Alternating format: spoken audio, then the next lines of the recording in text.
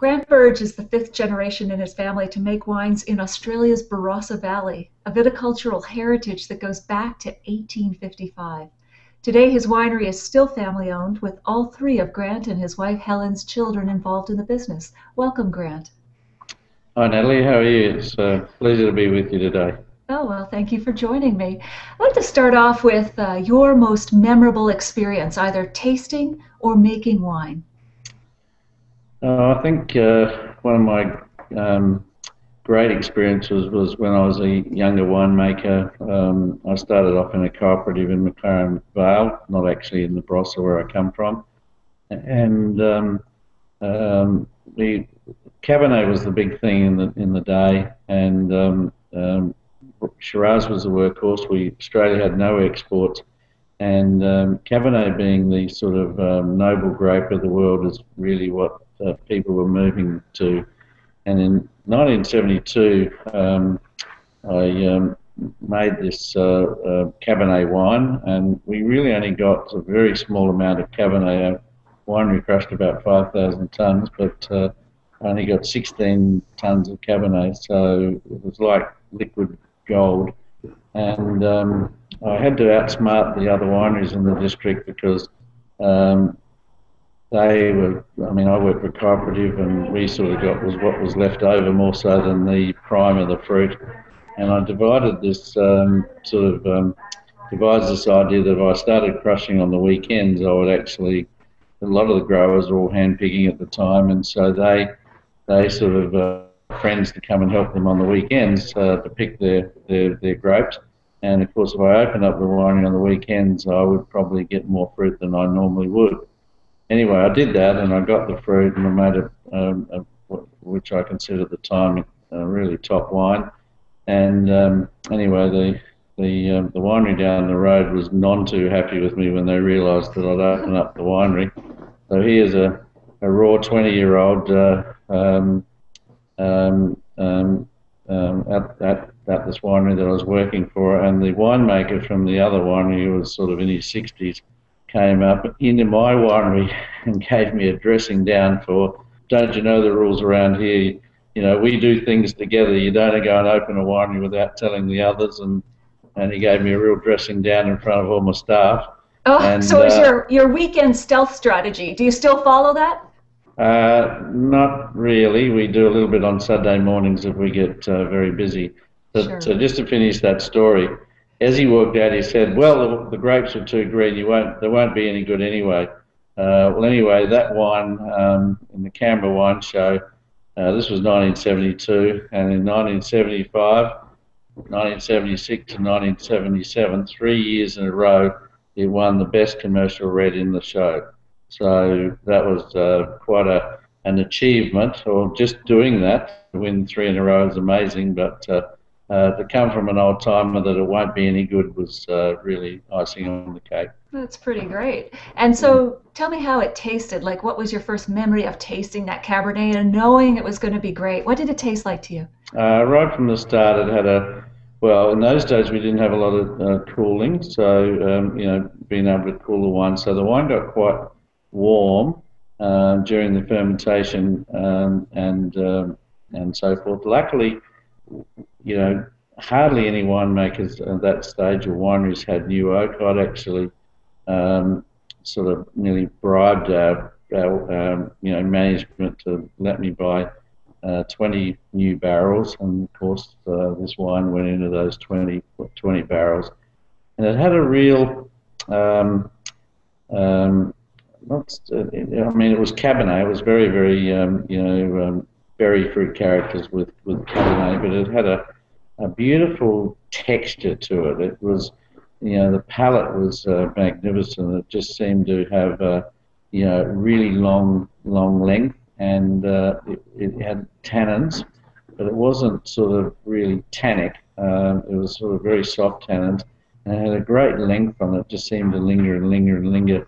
And, funnily enough, it took me a long time to ever make another wine like that. It just had some sort of texture about it that I'm not sure whether it was the vineyard. Of course, this was a cooperative. You never got the same grapes twice. So It was whereas today I never speculate in grapes. I only buy grapes from the same vineyards year in year out, so I can really spend time, working out the best way to get the best character and flavour and balance out of a particular block of vines.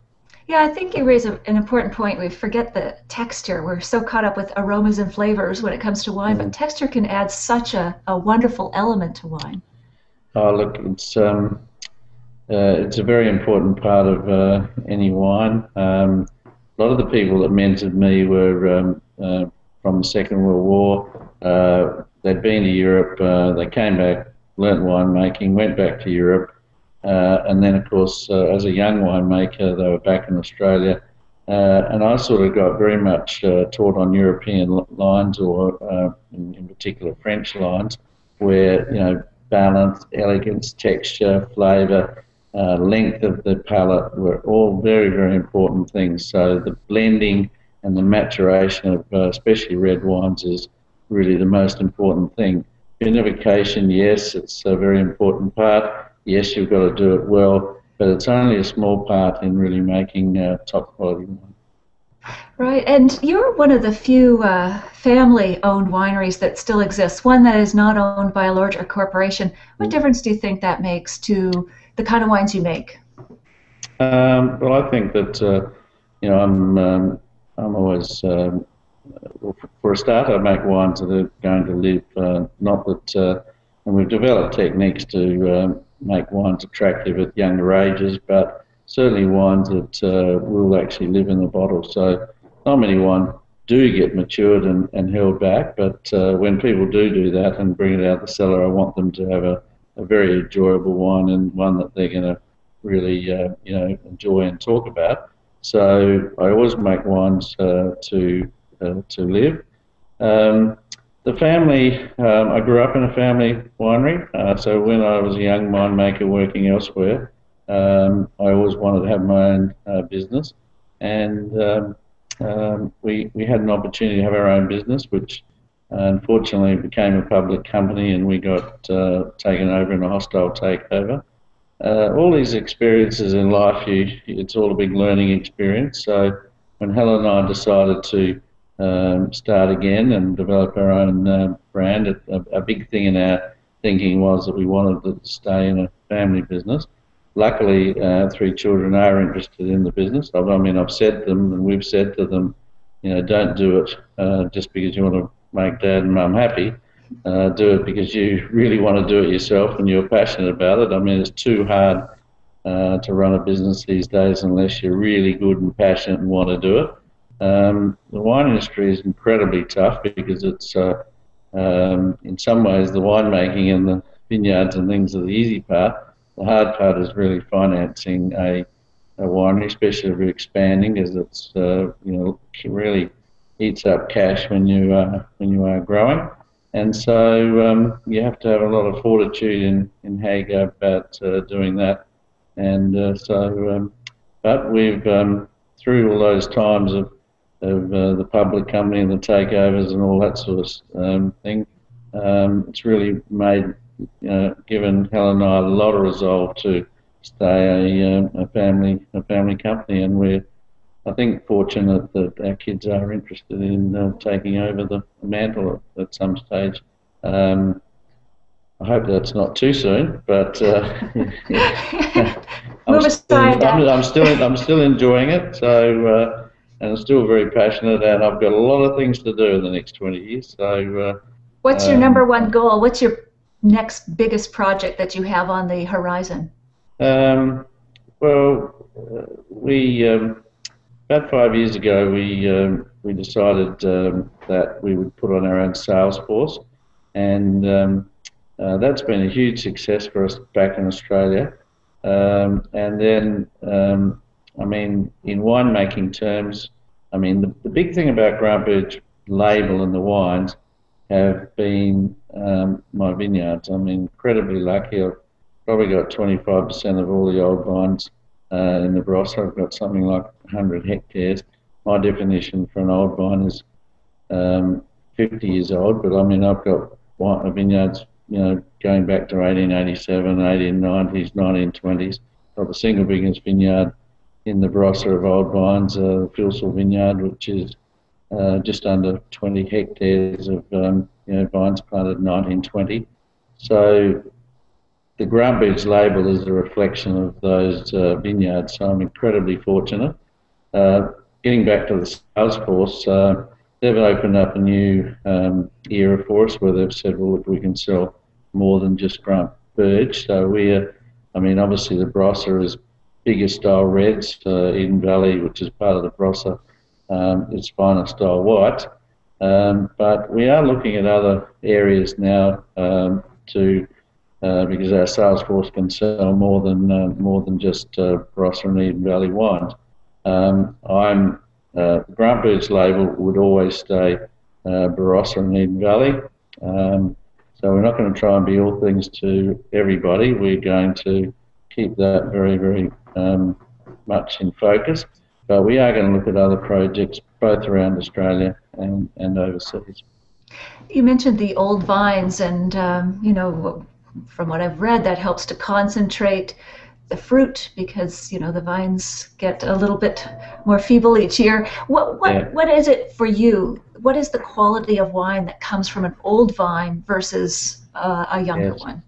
Yes, well, look, just say Shiraz. I mean, a young vine will still be black in colour and have nice tannins and so forth, but it doesn't have the mid-palate weight or complexity the old vines do.